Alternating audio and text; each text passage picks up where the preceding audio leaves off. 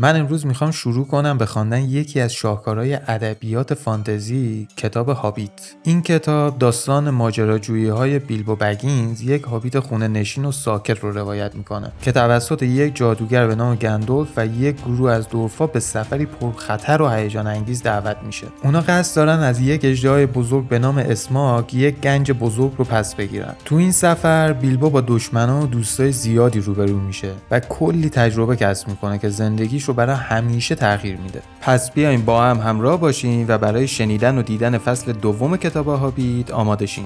امیدوارم از این ویدیو لذت ببرین و نظراتتون رو توی کامنت برام بنویسین. حالا بیاین فصل دوم رو شروع کنیم. حالا از لابلای توده تیره درختان درخشش یک روشنایی را می‌دیدن. نوعی روشنایی سرخ و به ظاهر آرامش بخش که منشأ آن انگار آتش یا مشعله‌هایی بود که سوسو می‌زدند. مدتی همینطور به آن نگاه کردند. بعد جر و بحث شروع شد. بعضی‌ها میگفتن نه و بعضی‌ها میگفتن بله. عده‌ای گفتن تا نرویم و نبینیم معلوم نمیشه و در ضمن هر چیزی بهتر است از شام کم و صبحانه کمتر و تمام شب با لباس‌های خیس سر کردن. بقیه گفتن این نواحی را خوب نمیشناسیم ولی خیلی نزدیک کوهستانه و این روزها کمتر پیش میاد که مسافری این اطراف بیاد. نقشه‌های قدیمی به درد نمیخورد. اوضاع را به وخامت گذاشته و جاده‌ها بی‌محافظ رها شده. به ندرت کسی این دور و برها اسم پادشاه به گوشش خورده و هر چه جلوتر برویم فضولی کمتر شاید مساوی باشد با دردسر کمتر.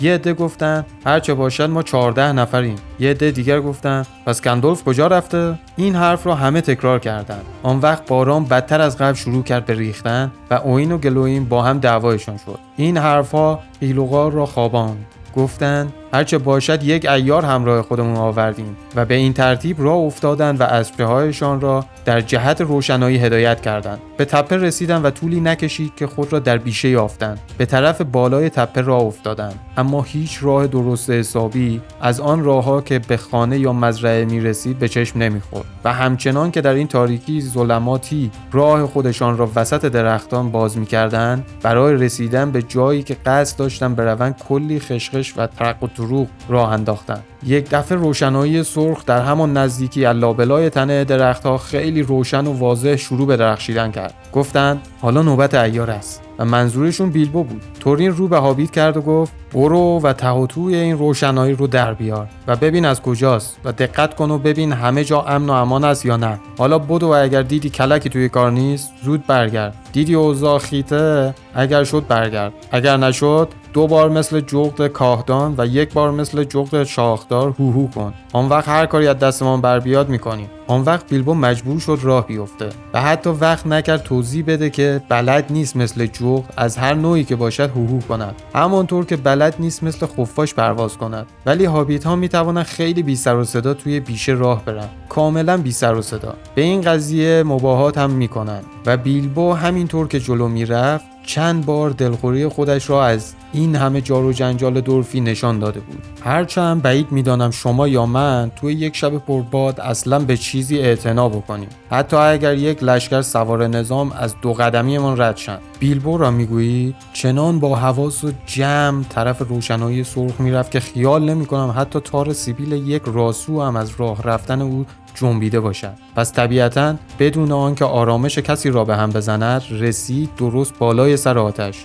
چون آن نور از آتش بود و چشمتان روز بد نبیند. 3 موجود عظیم و جثه دور یک آتش خیلی بزرگ از کنده‌های چوب آتش نشسته بودند. داشتن با سیخ‌های چوبی بلند بره کبابی می‌کردند و چربی گوشت را از روی انگشتانشان لیس می‌زدند. بوی خیلی اشتهاوری توی هوا پیچیده بود. از آن طرف یک بشکه نوشیدنی ناب هم دم دستشون بود، ولی آنها با تونگ مشغول نوشیدن بودند. اما ترول بودند. واضح بود که ترول هستند. حتی بیلبو با اینکه دنیا ندیده بود این موضوع را متوجه شد. از روی چهره‌های زمخت بزرگ، از روی قد و قواره، از ریخت پاها، سوای طرز حرف زدنشان که اصلاً لایق سر میز شام نبود. اصلاً یکی از ترول‌ها گفت دیروز بره، امروز بره، زکی دیدی فردا خودم هم شدم شکل بره. دومی گفت صاحب مرده، میدونی چند وقته یه تیکه گوشت آدمیزاد گیرمون نیومده؟ این ویلیام مرده شور برده اصلا چی شد؟ به مخش زد ما رو ورداره بیاره این ورا؟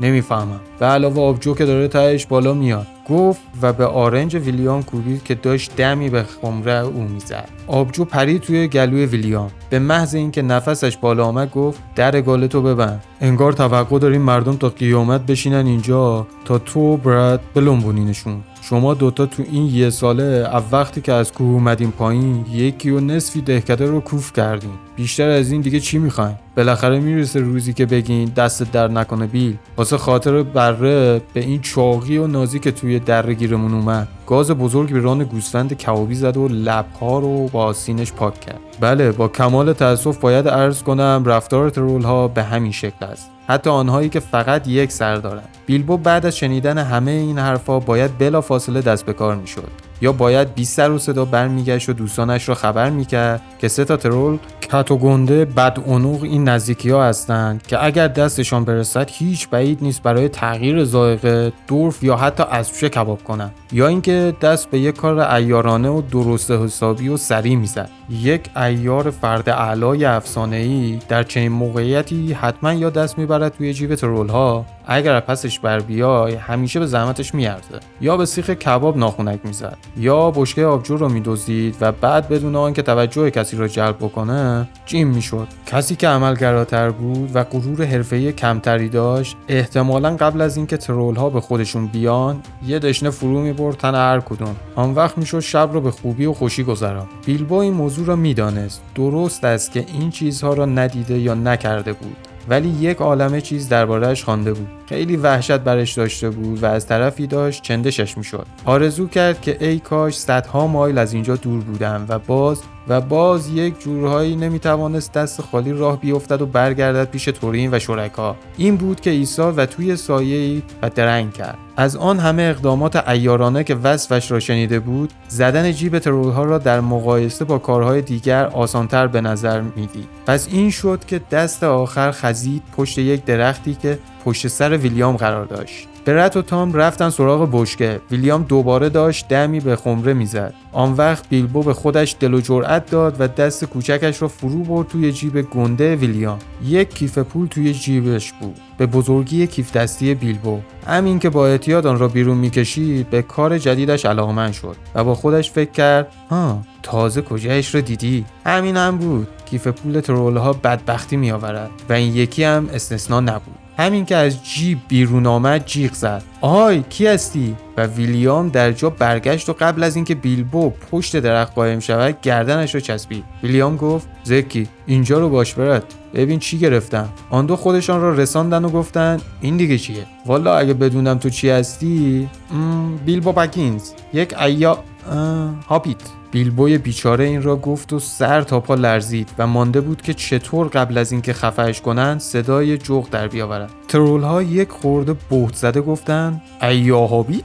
ترول‌ها خیلی دیر دوزارشون میافتاد و به هر چیزی که برای آنها تازگی داشت مشکوک میشدند. ویلیام گفت بگو ببینم هابیت چه کار به جیب من داری؟ تام گفت میشه اینا رو پخت؟ برد یک سیخ برداشت و گفت امتحانی ضرر نداره. ویلیام که قبلا شام مفصلی خورده بود گفت یه لقمه چپ بیشتر نمیشه، یعنی وقتی پوستشو بکنی و استخونه‌شو در بیارین. برد گفت نکنه مثل او این دور و برا زیاد باشه، اون وقت میشه باهاشون سمبوسه درست کرد. آهای با تو هم جوجه خرگوش یکپیری، این دور و بر توی بیشه ها دزدایی مثل خودت زیادن. گفت و نگاهی به پاهای پشمالوی هابیت انداخت. از نوک انگشتان پا بلندش کرد و تکانش داد. بیلبو گفت بله خیلی، ولی بعد یادش آمد که نباید رفقایش را لو بدهد. این بود که بلافاصله گفت نه اصلا، حتی یه دونه هم نیست. برد این دفعه بیلبو را از موهای سرش چسبیده بود. دور نگهش داشت و گفت منظوری چیه؟ بیلبو نفس گفت منظوری ندارم، فقط خواهش میکنم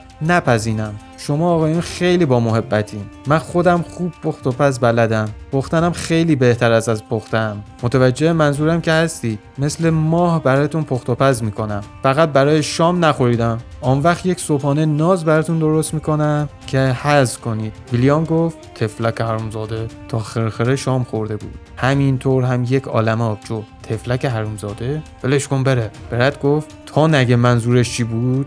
که گفت خیلی و بد نه، اصلا ولش نمیکنم. دلم نمیخواد وقتی خوابیدم بیان و سرمو خرت و گوش ببرن. انگشتای پاشو میذارم توی آتیش تا زبونش واشه. ویلیام گفت مگه میذارم؟ هر جور نگاه کنی خودم گرفتمش. برد گفت ویلیام تو یه خیکی احمقی، اینو عصرم بهت گفته بودم، تو هم لات و بی سر و پایی. برد گفت باشه پس منم ازت دریغ نمیکنم بیل هاکینز، و با مش گذاشت توی چش ویلیام. اون وقت علم شنگه‌ای به پا شد که نگو. بیلبو آنقدر هوش و حواس برایش مانده بود که وقتی برد او را انداخت زمین، قبل از اینکه مثل سگ بیفتن به جان هم، با عربده هرچه فوش بد و بیراه که البته بهشان می آمد و لایق احوالشان بود باره هم کنن، 4 دست و پا بخزد و خود را از زیر پا بکشد بیرون. طولی نکشید که با هم گلاویز شدند و غلطیدند و نزدیک به افتادن توی آتش بودند و لگد پرانی و مشت کاری شروع شد و تام هم یک چوب برداشت و هر دو را گرفت به باد کتک تا عقلشان سر جا بیاد، که البته باعث شد بدتر از قبل دیوانگیشون گل کنه.